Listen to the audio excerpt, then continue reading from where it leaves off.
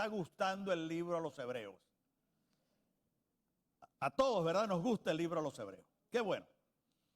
¿Cuántos de ustedes han usado alguna vez un abogado? ¿Han tenido necesidad de usar un abogado? Pueden levantar su mano. ¿Hay algún abogado aquí presente en la mañana? A ver, tenemos a 2 abogados aquí presentes en la mañana. En algún momento requeriremos sus servicios.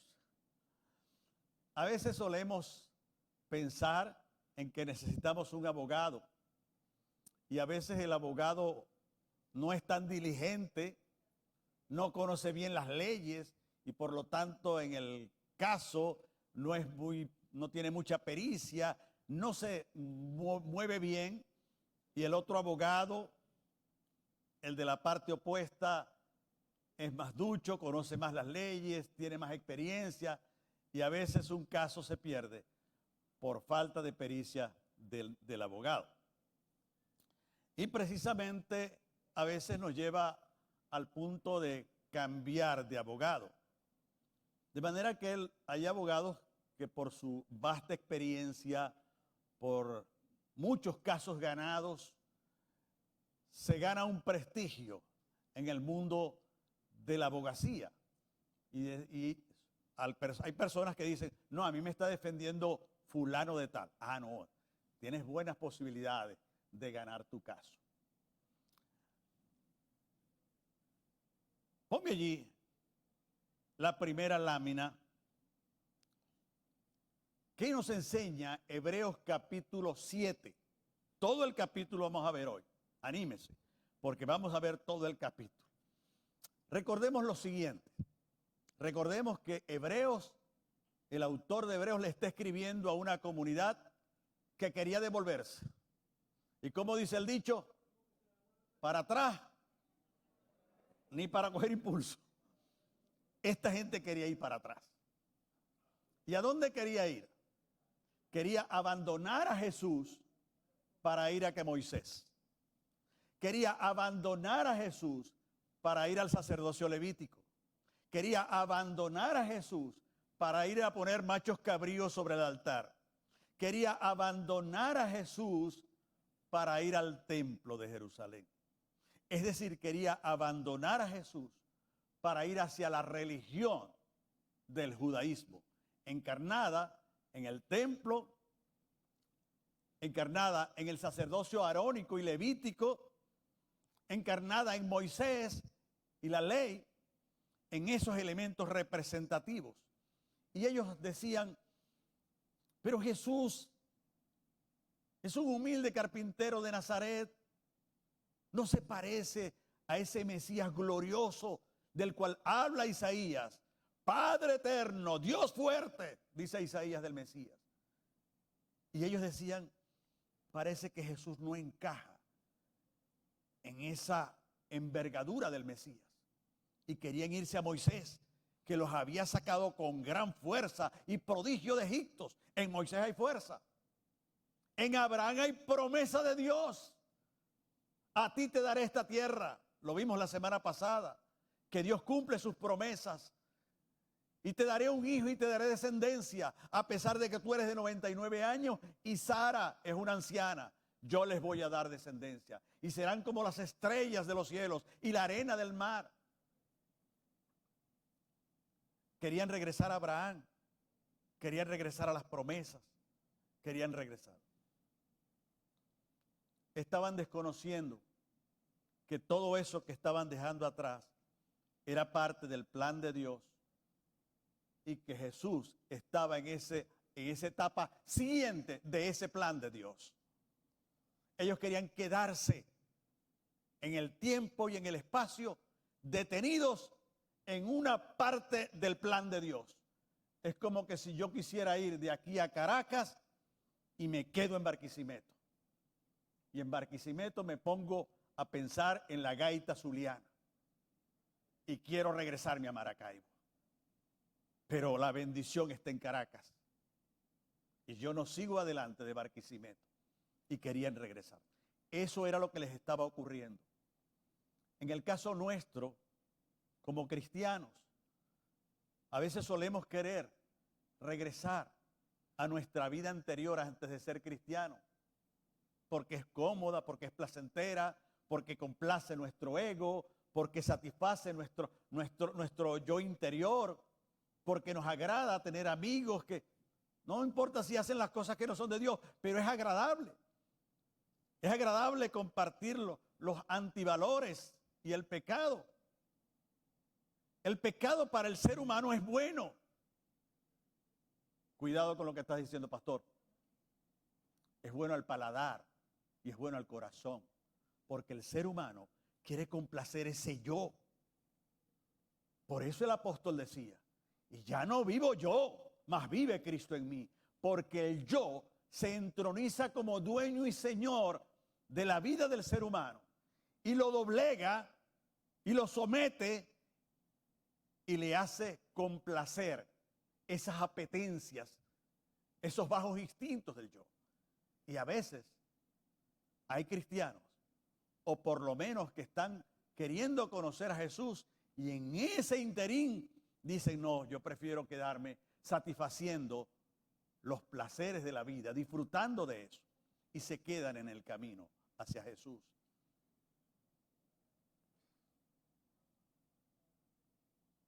Cuando la generación que estaba en el desierto, habiendo salido de Egipto, Dios la puso en el desierto.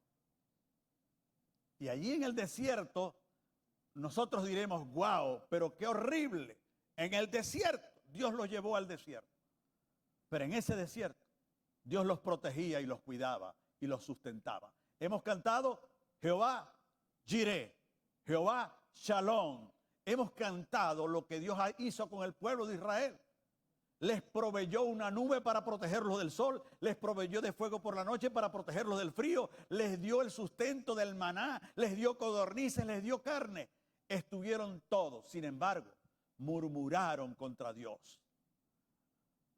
El ser humano se rebela contra Dios a pesar de que Dios le bendice. Y por esa razón, ellos vieron de lejos la promesa de Dios. La promesa de Dios era una tierra prometida. Y ninguno de esa generación que murmuró contra Dios pudo entrar en la bendición de Dios porque se quedaron en el camino. Y solamente, ni siquiera Moisés pudo entrar en la tierra prometida por aquella rebeldía del corazón que Dios le dijo, mira la piedra, háblale y de ella va a fluir agua para el pueblo porque tiene sed. Y en un acto de incredulidad, golpeó la piedra de soberbia.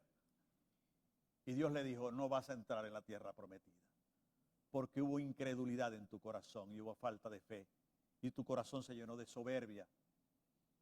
Y entonces, habiendo él perdido esa oportunidad, fue y le concedió Dios a Josué esa bendición de ingresar en la promesa de la tierra prometida. Entonces hay un riesgo, hay una amenaza de querer avanzar a ese reposo que Dios nos ha llamado, a reposar en Cristo y a reposar en la esperanza de una vida eterna futura cuando Cristo venga. Y ya entraremos en el reposo permanente y como dice Apocalipsis, que Dios mismo habitará en medio de ellos y dice el texto que Él enjugará toda lágrima de ellos y ya no habrá más llanto ni más dolor. Ese reposo nos espera. Ese reposo es el final de nuestro camino. Pero podemos quedarnos por nuestra incredulidad, por nuestra murmuración, quedarnos en el camino y pensar con nostalgia en el pecado que hemos dejado atrás. Por eso el apóstol Pablo les escribe. Y Él os dio vida a vosotros cuando estabais muertos en vuestros delitos y pecados. Si alguna persona quiere regresar a ese estado de mortandad, va a perderse la bendición de tener una comunión plena con Cristo, con Dios y las promesas que se nos han hecho de vida eterna. El capítulo, de manera que el autor de los Hebreos comienza a comparar y les dice, bueno, ustedes piensan en Abraham, en Moisés, en Leví, en Aarón, en los sacerdotes, en el templo, en el altar, en los machos cabríos, en los sacrificios. Vamos a hacer una cosa, les dice el autor de los Hebreos. Vamos a comparar cada uno de esos personajes, instituciones y eventos, vamos a compararlos con la persona de Cristo. Y comienza, y ya lo hemos hecho, inclusive con los ángeles. Comparó a Jesús con los ángeles. Y le dijo, ¿a cuál de los ángeles dijo Dios jamás, mi hijo eres tú? A ningún ángel. Por el contrario, a los ángeles le dijo, adórenle todos los ángeles del cielo. Y eso ocurrió. ¿Recuerdan cuando Jesús nació? Que los pastores guardaban las vigilias de la noche sobre su rebaño. Y entonces llegó una corte de ángeles celestiales que decía, entonces hoy ha nacido en la ciudad de David un Salvador que es Cristo el Señor. Cuando vinieron, Satanás tentó a Jesús y no pudo hacer caer a Jesús. Dice el texto bíblico que vinieron los ángeles y le servían. Por lo tanto, Jesús es mayor que los ángeles. De Moisés dice, Moisés fue fiel en toda la casa, fíjense bien, en toda la casa de Dios como siervo. Pero de Jesús dice, pero Jesús fue fiel sobre toda la casa de Dios. Y hay una diferencia. Moisés fue fiel en la casa de Dios, dentro de la casa de Dios. Pero Jesús fue sobre la casa de Dios, porque dice él, mayor honra tiene el que la casa, el que la hizo. El que la hizo tiene la honra y Jesús fue el constructor de esa casa. Por lo tanto, mis amados hermanos, le dice él que quieren regresar. Jesús es mayor que los ángeles, Jesús es mayor que Moisés, es mayor que Abraham. Él es el verdadero reposo, no es la tierra prometida, dijo él. Porque si la tierra prometida hubiese sido el reposo final, dice el apóstol, ¿qué necesidad hay de un nuevo reposo? De hablar de un nuevo reposo. En este capítulo 7, el autor de Hebreos introduce un elemento que ya lo ha venido trabajando, de comparación. Ahora compara a Jesús con el sacerdocio levítico y arónico. Y aquí es importante. ¿Y por qué pongo que Jesús es el abogado perfecto? Porque el sacerdocio es una representación del ser humano ante Dios. Por eso cuando uno dice, Él es mi representante legal, Él me representa, refiriéndonos al abogado. Allí en la imagen que tienen, la persona que está ahí encerrada, entonces hay una persona que lo va a representar legalmente. Esa función es el sacerdocio. Recordemos que en tiempos de Israel no existía la división política de la religiosa, eso no existía. Lo político y lo religioso eran una misma cosa. Las leyes que servían para la religión eran las mismas leyes que servían para lo político, para lo civil. Es decir, las leyes de Moisés regían toda la vida del judío, del israelita. Ahí no había, nosotros tenemos el Estado, ¿verdad? Los tribunales por un lado y la religión por otro. Eso no existía en aquellos tiempos. Era una sola cosa. La ley permeaba toda la sociedad civil. De manera que las leyes que tenemos en el Pentateuco sirven para regir la vida entre los seres humanos. Por lo tanto, el sacerdote era quien dirimía el pleito entre las personas. Por lo tanto, el sacerdocio levítico, arónico y levítico, fungía como abogados de la época. En ese momento nosotros vamos a tener, y ustedes ven en pantalla, a Jesús frente a los sacerdotes de aquel entonces y a los fariseos que se sumaron posteriormente. Pero los sacerdotes tenían esa función de representar a Dios representar a los hombres delante de Dios. Cuando el hombre decidió, habiendo estado en perfecta condición, hecho por Dios, en una comunión perfecta con Dios, tomándose un café por las tardes o un té con unas galletitas que preparaba Eva, y había una comunión entre Dios y el hombre, perfecta. El hombre decidió rebelarse contra Dios, desacató a Dios, se desentendió de su voz, y entonces luego Dios le llama, Adán, Adán, y Adán escondido. ¿Dónde estás? Aquí estoy. Tuve miedo y me escondí. Ya esa relación de comunión se rompió. El pecado se había anidado en el corazón de Adán. Y ya sentía Adán miedo de estar delante de la presencia de Dios, que antes era su amigo, con confianza, con plena confianza en Dios. Pero ahora él se sentía avergonzado del pecado que estaba en su corazón. Y antes había dicho de su esposa, ahora esta es carne de mi carne y sangre de mi sangre. Le encantó el regalo de Dios para Adán en su esposa. ¿Y saben después del pecado en Génesis 3 cómo se refirió a ello? Habiéndose referido, ahora esto es mío, es carne de mi carne, sangre de mi sangre. ¿Saben cómo se refirió a ella? La mujer que me diste. Esta sirve para nada. Me indujo a comer y yo comí. De manera que ella es la culpable. La relación con Dios se fracturó, se deshizo. Pero la relación personal también se dañó en el matrimonio. Por eso Jesús, cuando aparece en escena, dijo estas palabras: yo he venido a buscar y a salvar lo que se había perdido. Esa relación rota con Dios y rota con los seres humanos en forma horizontal, Jesús vino a restaurar esa comunión con Dios y con los demás seres humanos. Él vino a eso.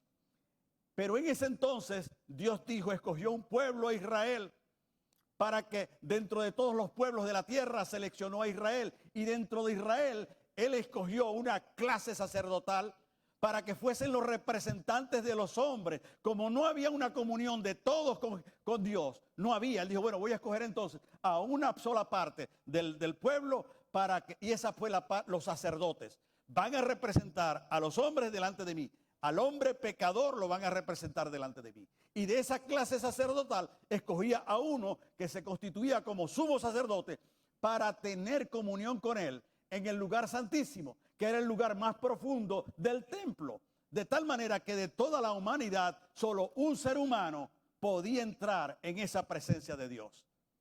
Sin embargo, esa clase sacerdotal no resolvía el problema. Dios quería ilustrar con esa clase sacerdotal que nosotros como seres humanos necesitábamos un sacerdote especial, perfecto. Por eso decimos allí que Jesús es el abogado perfecto. Los sacerdotes, como lo dice el texto y vamos a verlo, eran débiles e ineficaces por varias razones. Lo primero que encontramos en este texto, amados hermanos, es que Dios provee en el Antiguo Testamento todas las cosas prefiguran a lo que va a ocurrir en el Nuevo Testamento. Voy a poner algunos ejemplos. Moisés sacó al pueblo de Israel de la esclavitud de Egipto. Fue el libertador. Dios lo usó como el libertador. De manera que Moisés se convierte en modelo y figura de Jesucristo. Él sacó al pueblo de la esclavitud de la esclavitud de Egipto, en una vida arruinada, miserable en Egipto. Jesús nos saca de la esclavitud del pecado a la libertad gloriosa de los hijos de Dios. Y así en el Antiguo Testamento, por ejemplo, el templo de Dios, que era el centro de la adoración del pueblo hebreo, del pueblo de Israel, el templo era el lugar, la casa física de Dios. Era una figura de lo que había de venir. ¿Y quién era el templo en el Nuevo Testamento? Jesús es el templo. Por eso cuando Él dice, destruid este templo y en 3 días lo reedificaré, los oyentes pensaban que se refería al templo de Jerusalén. Y el evangelista es claro en decir que se refería a Él como templo. Porque ya la casa de Dios dejaba de ser un lugar físico para ser Jesús el templo de Dios, y más aún convertir al creyente en el verdadero templo del Señor. De manera que nosotros somos el templo de Dios. Y esto abunda en el Nuevo Testamento. Vosotros sois el templo de Dios, morada de Dios y casa del Señor. De tal manera que Dios introduce un nuevo sacerdote. Y ese sacerdote en los primeros 3 versículos dice que entonces fue según el orden de Melquisedec. Y dice, porque este Melquisedec rey de Salem, sacerdote del Dios Altísimo, salió a recibir a Abraham, que volvía de la derrota de los reyes, y le bendijo Melquisedec a Abraham, quien asimismo dio a Abraham los diezmos de todo, cuyo nombre, Melquisedec, significa primeramente rey de justicia y también rey de Salem, esto es rey de paz. Entonces lo primero que tenemos es que Dios provee un sacerdote nuevo. Y dice allí que entonces Abraham, después de haber derrotado a los reyes que estaban peleando contra los reyes de Sodoma y de Gomorra y habían secuestrado a Lot, Abraham va a liberar a Lot y vence a los reyes que tenían preso a Lot y que habían dominado a Sodoma y a Gomorra. Entonces él viene con el botín y lo salen a recibir los reyes de Sodoma y de Gomorra para felicitarlo por la victoria. Y él les dijo, aquí tienen todo lo que esas personas le robaron a ustedes. Yo solamente fui a rescatar a Lot. Y ahí salió entonces Melquisedec a recibirle. Y le salió con vino y pan. Y entonces Melquisedec bendijo a Abraham. Y Abraham le dio el diezmo de toda su fortuna a Melquisedec. El autor entonces dice que ¿quién es mayor? Abraham es el padre de la fe israelita. Así es conocido, nuestro padre Abraham. Entonces, en ese texto, el autor de Hebreos quiere decirle a su comunidad oyente, lectora, ¿quién es mayor? ¿Quién bendice a quién? El mayor bendice al menor. Y Melquisedec bendijo a Abraham. Por lo tanto, ¿quién es mayor? Melquisedec es mayor que Abraham. Y Abraham le dio los diezmos a Melquisedec. ¿Quién es mayor? ¿El que da los diezmos o el que recibe los diezmos? El que recibe los diezmos. Y en este caso fue Melquisedec quien recibió los diezmos. De manera que cuando Melquisedec bendice a Abraham, le está diciendo yo soy mayor que tú. Y cuando recibe los diezmos de Abraham, está estableciéndose de que Abraham es menor que Melquisedec. A partir de entonces dice allí identifica quién es este Melquisedec, de dónde viene, de dónde salió. Los israelitas son muy dados a identificar sus genealogías. Mateo, ¿con qué comienza? Con una genealogía. Porque nosotros sabremos tal vez hasta donde llegan nuestros abuelos. Yo no conozco el nombre de mi tatarabuelo y dudo que usted lo conozca. ¿Verdad? No lo conoce. Y de ahí menos el bisabuelo o el tatarabuelo. Los judíos no. Los judíos sí tenían un registro de todos sus antepasados. Tanto es así que Mateo se encarga de buscar la genealogía de Jesús hasta Abraham, pasando por David. Pero resulta que este Melquisedec, dice el texto bíblico allí en los primeros versículos, cuyo nombre significa rey de justicia, rey de Salem. Y dice que no tenía principio de días ni fin de días. Pero lo identifica con algo muy importante. ¿Quién era este Melquisedec? Él dice, rey de justicia y rey de paz. Este rey Melquisedec tenía dos identificaciones que lo identificaban. Rey de justicia y rey de paz. Estos son dos de los principales valores que identifican al Mesías. ¿Recuerdan ustedes cómo Isaías se refiere al Mesías? Admirable, consejero, príncipe de paz. Mi paz os dejo, mi paz os doy. No como el mundo la da, yo os la doy. ¿Qué dice Romanos 5:1? Justificados pues por la fe, tenemos paz para con Dios. Ahí están los dos valores. Justificados, justicia, y tenemos paz para con Dios. No solo tenemos paz para con Dios porque de estar enemistados con Dios, ahora estamos reconciliados con Dios. Hicimos las paces con Dios. O mejor dicho, Dios hizo las paces con nosotros. Pero también tenemos la paz de Dios que sobrepasa todo entendimiento y gobierna nuestros corazones. De tal manera que Melquisedec viene a encarnar, a identificar los dos principales valores del reino de Dios. La justicia y la paz. Y el amor es el concreto que une esas dos cosas. De tal manera que entonces seguimos pensando en quién era este. Porque estas identificaciones son importantes. Porque al representante de los sacerdotes solo se le llamaba sumo sacerdote. Y conocemos algunos nombres, Anás y Caifás, que eran sacerdotes sumos sacerdotes cuando Jesús fue apresado para ser llevado ante Pilato. Pero de este se nos está diciendo su nombre, se nos está diciendo que bendijo a Abraham, se nos está diciendo que es un rey de justicia, rey también de paz, y también se nos dice que no tiene principio de días ni fin de días. Dice ahí el texto bíblico, sin padre, sin genealogía, no tiene principio de vida, hecho semejante al Hijo de Dios, permanece sacerdote para siempre, permanece abogado para siempre. No tiene principio de días, no se conocía de dónde había salido Melquisedec. Cuando salió Abraham, no se conoce en la Biblia nada más.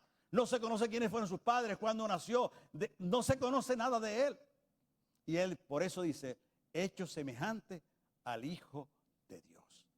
Y eso eso es algo sumamente importante, porque Jesús, hemos cantado en esta mañana y leído al principio de este culto, que dice, yo soy el alfa y la omega, el principio y el fin. Es decir, aquí hay un atributo que quiere ponérsele al autor, a Melquisedec, pero que es un atributo de Dios, que es la eternidad. Por eso dice, hecho sacerdote para siempre. El abogado para siempre que está allí.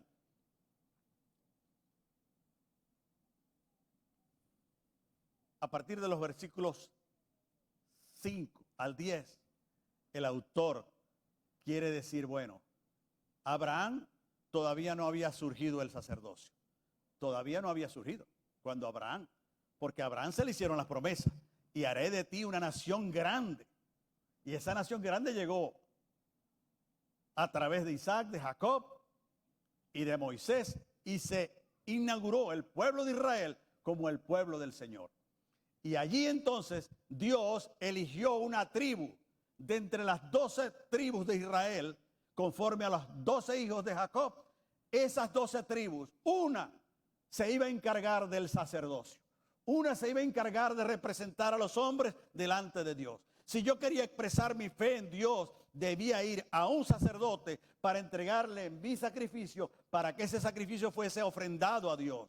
Pero eran ellos quienes administraban mi fe, eran ellos quienes me representaban delante de Dios. Y ese sacerdocio Dios lo estableció con unos hombres que eran en particular iguales a los demás, con pecados iguales a los demás, con tiempos de vida iguales que los demás. Y como vamos a ver más adelante, esto precisamente hacía que este sistema sacerdotal, este modelo sacerdotal, era ineficiente e ineficaz. Y tenía que dar paso a otro sistema. Pero lo cierto es que cuando Dios instituye el sistema levítico como sacerdote, entonces dice allí el autor de Hebreos, que Abraham le dio los diezmos a Melquisedec, que no se sabía de dónde venía, ni de dónde había salido, ni quiénes eran sus padres, nada de esto. Pero lo cierto es que Abraham reconoció que tú eres mayor que yo recibo tu bendición, por lo tanto tú eres superior a mí. Y Abraham era la cúspide de la autoridad del pueblo de Israel. A él se referían como el padre Abraham. No había más arriba nada. Sin embargo, ese padre Abraham era inferior a Melquisedec. Y si Abraham, dice el autor de Hebreos, hace una jugada magistral, el autor de Hebreos, porque él quiere, en definitiva, es comparar el sacerdocio levítico con el sacerdocio de Melquisedec. Pero resulta que el sacerdocio levítico todavía no aparecía. Y él decía, Abraham le dio los diezmos y Abraham recibió la bendición de Melquisedec. Por lo tanto, él llega a esta conclusión. Leví también le dio los diezmos a Melquisedec. Y uno se pregunta, pero es que todavía Leví no estaba por todo eso. No estaba ni siquiera Isaac, ni Jacob, ni las 12 tribus. ¿Cómo es que Leví, que todavía no existía, le dio los diezmos a Melquisedec? Y saben, el autor de Hebreos se encarga de enseñarnos. Él dice, Leví, estando en los lomos de Abraham, le dio los diezmos a Melquisedec. Es decir, yo estuve en los lomos de mi madre en los óvulos de mi madre y en los espermatozoides de mi padre. Por lo tanto, dice él, el autor de Hebreos, que Leví, estando en los lomos de Abraham a través de Jacob, a través de Isaac, entonces Leví, el sacerdocio levítico, también le dio a Melquisedec los diezmos y fueron bendecidos por él. De tal manera que ¿quién era superior? ¿Melquisedec o el sumo sacerdote levítico? ¿Melquisedec o Aarón, donde se originó el sacerdocio? Para el autor de Hebreos, obviamente, el mayor era Melquisedec, que era el modelo.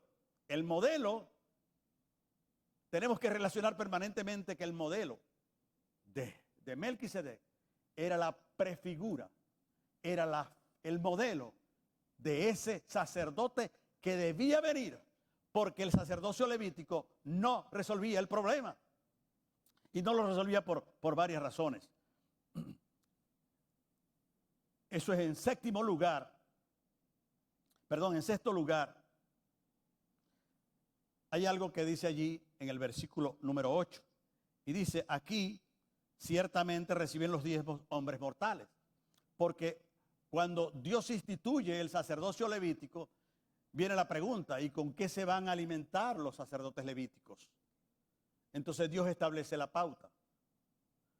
Todas las 11 tribus restantes van a ofrendarles a esa tribu de hombres llamada de Leví, que era uno de los hijos de Jacob, y esa tribu de Leví iba a ser sustentada, sostenida por las 11 tribus, de manera que ellos recibían ese beneficio. Y dice aquí el versículo 8 que ciertamente los diezmos los reciben hombres mortales, porque la ofrenda que recibían los levitas era el diezmo de las otras 11 tribus.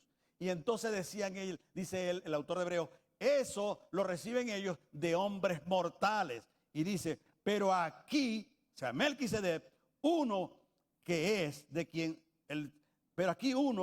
se da testimonio que vive. ¿Cómo que vive? Ya Melquisedec debía estar muerto.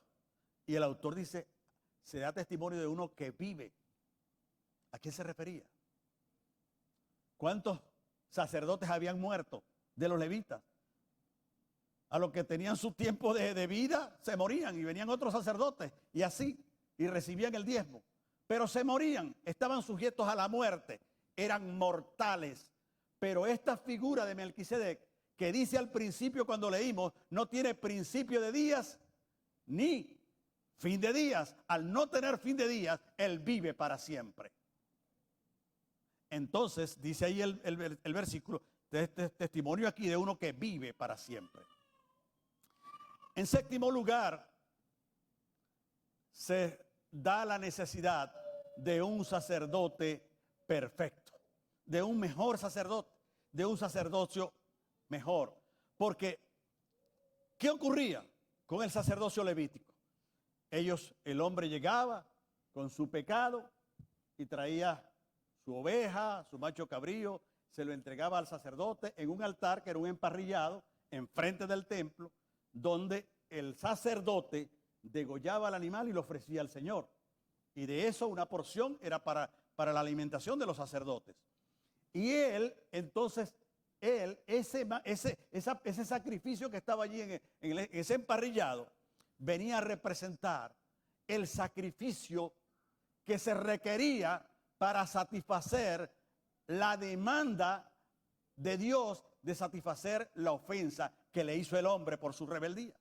Es decir, si usted se traga una luz de un semáforo y lo ve un policía, el deber ser es que lo detengan y le pongan una multa.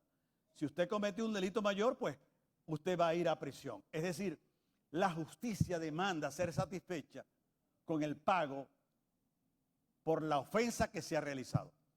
Dios demandaba por la ofensa que hicimos, por habernos rebelado contra Dios, Dios demandaba una satisfacción a esa ofensa.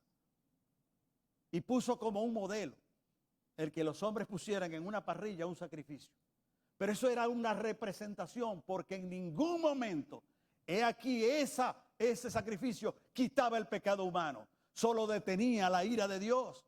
Por eso Juan el Bautista, cuando ve a Jesús, le dice: he aquí el Cordero de Dios que quita el pecado del mundo. Lo quita, no lo tapa.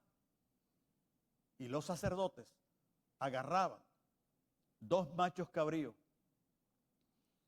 y había uno que era degollado, pero había otro donde el sacerdote imponía las manos sobre este macho cabrío, transfiriendo el pecado del pueblo y su propio pecado en aquel animal.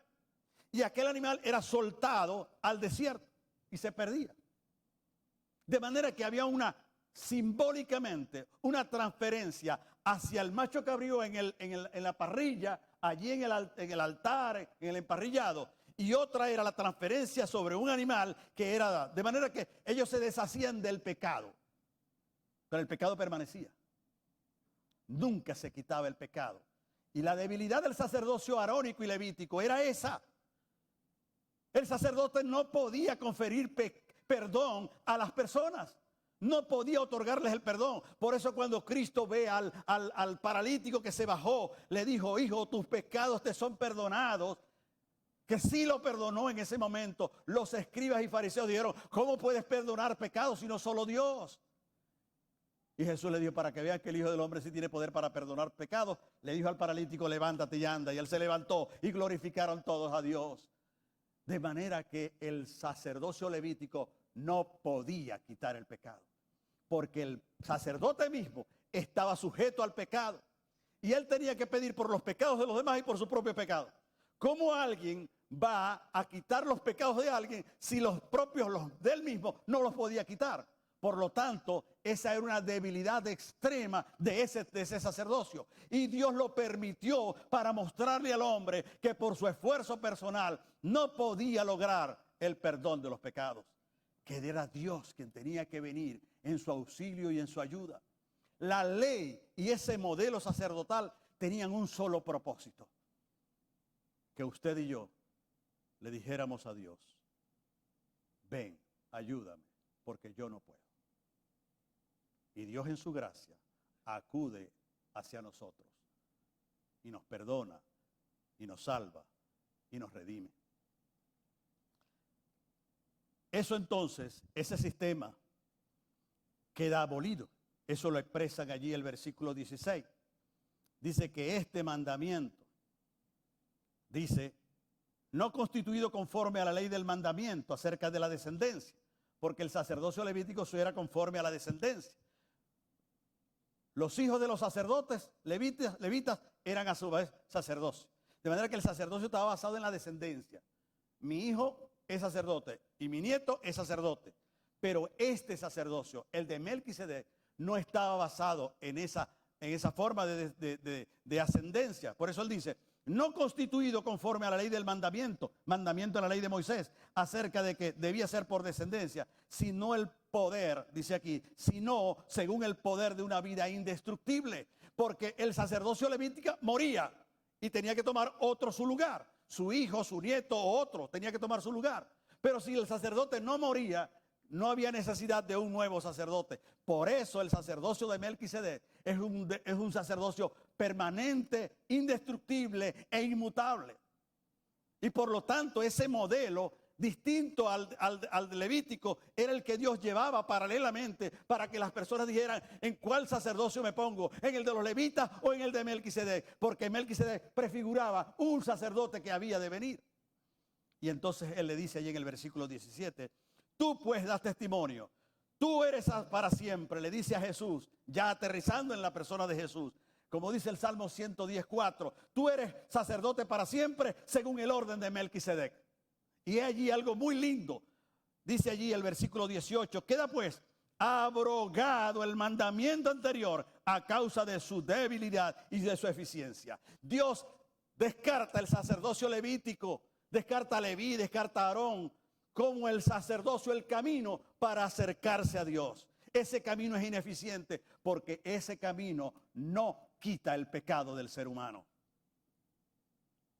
Y dice el versículo 19, y de la introducción de una mejor esperanza, por lo cual nos acercamos a Dios. Y la introducción Descarta el sacerdocio levítico e introduce el sacerdocio de Cristo Jesús. Y dice él, para una mejor esperanza. Porque la esperanza en el sacerdocio levítico, de animales muertos, de machos cabríos, mataba mi esperanza. No había esperanza para mí. Mi pecado iba a permanecer, iba a morir e iba a morir en mi pecado.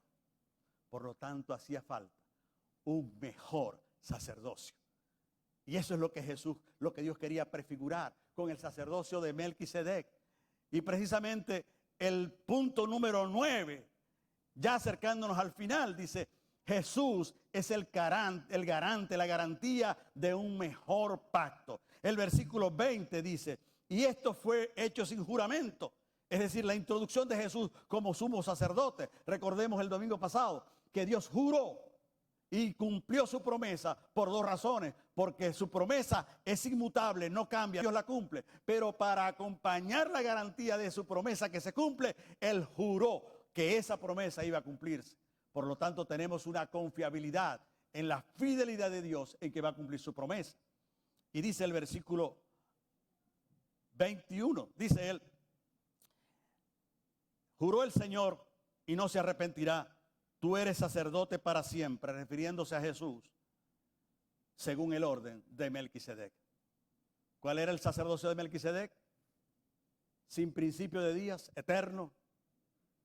Sin fin de días, eterno. Inmutable, indestructible. Ese eres Jesús. Y lo presenta como el nuevo sacerdote, según el orden de Melquisedec. Por tanto, Jesús, hecho fiador de un mejor pacto, dice allí. Fiador de un mejor pacto. ¿Por qué mejor pacto? Porque el pacto del sacerdocio levítico, conforme a la ley de Moisés, no resolvía el problema. ¿En qué estaba basado? Estaba basado en el esfuerzo personal. La ley decía, haz esto y vivirás. Pero si transgredes uno solo de esos mandamientos vas a morir. Y nadie, escuche bien, nadie podía cumplir la ley porque estaba basada en el esfuerzo humano. Pero él dice allí precisamente en el versículo número 22. Por tanto, Jesús es hecho fiador. La idea es garantía de un mejor pacto. Jesús es garante de un mejor pacto. Cuando hacemos la cena del Señor, ¿qué dijo el Señor con respecto al vino? Este es el nuevo pacto en mi sangre. Nuevo. El viejo queda abrogado porque el viejo estaba basado en cumplir la ley por mi esfuerzo humano. Jamás iba a acercarme a Dios. Pero este es el nuevo pacto. El pacto de Dios en Jesús es un pacto de gracia. Es un pacto que nosotros recibimos por reconocer nosotros nuestra incompetencia, nuestra incapacidad para acercarme a Dios y decirle, sí, Señor, yo recibo tu perdón, tu vida eterna. En humildad me postro delante de ti para declararme en bancarrota espiritual y necesito tu ayuda. Y allí ese sumo sacerdote, en gracia de Dios, me otorga el perdón y la vida eterna. Solo allí podemos recibir esa bendición del Señor. Los sacerdotes levitas eran temporales, morían, no resolvían el problema. El versículo 24 nos dice, mas este, por cuanto permanece para siempre, yo soy el alfa y el omega, el principio y el fin, dice él, permanece para siempre, tiene un sacerdocio inmutable. Por eso decimos allá arriba, Jesús es el abogado perfecto. Por eso el apóstol Pedro dice que si alguno hubiese pecado, abogado tenemos para con el Padre, a Jesucristo el justo. Jesús es nuestro perfecto abogado. Él nos da la mejor representación delante de nuestro Dios. Nos da la vida eterna. El versículo 25 dice, por lo cual también puede salvar perpetuamente a los que se acercan a Dios, viviendo siempre para interceder por ellos. Jesús está siempre al lado del Padre, defendiendo nuestra causa. Mira ya, David, que está pecando.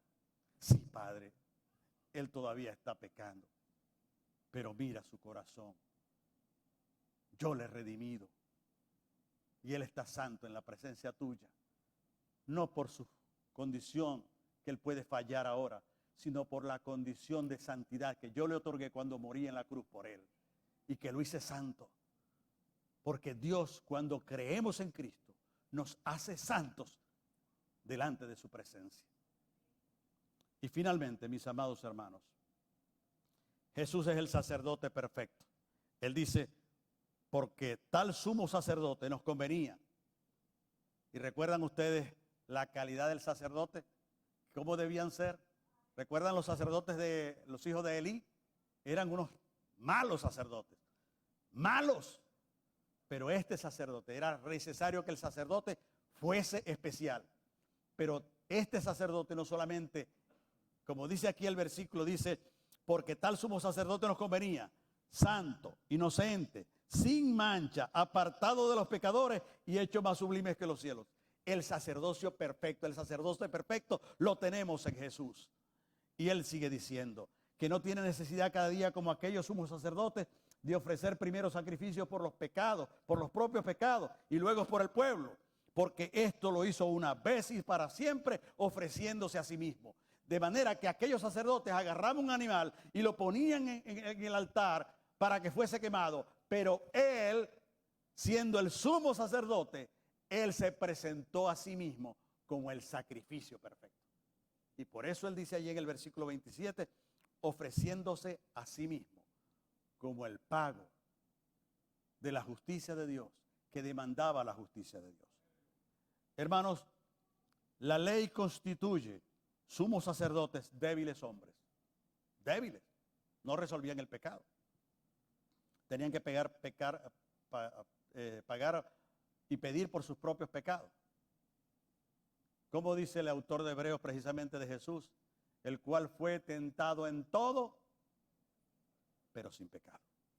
Ese era el sacerdote que necesitábamos.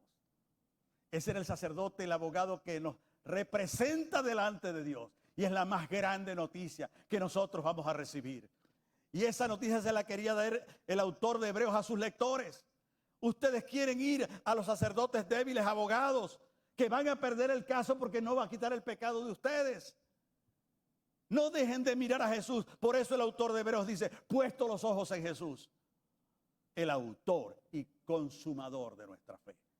En él se consuman las bendiciones de Dios y las promesas hechas a Abraham. Mis amados hermanos, no miremos hacia atrás. No miremos a nuestra vida anterior del viejo hombre, sino que puesto los ojos en Jesús, vamos adelante a la consumación de nuestra fe. Dios les bendiga.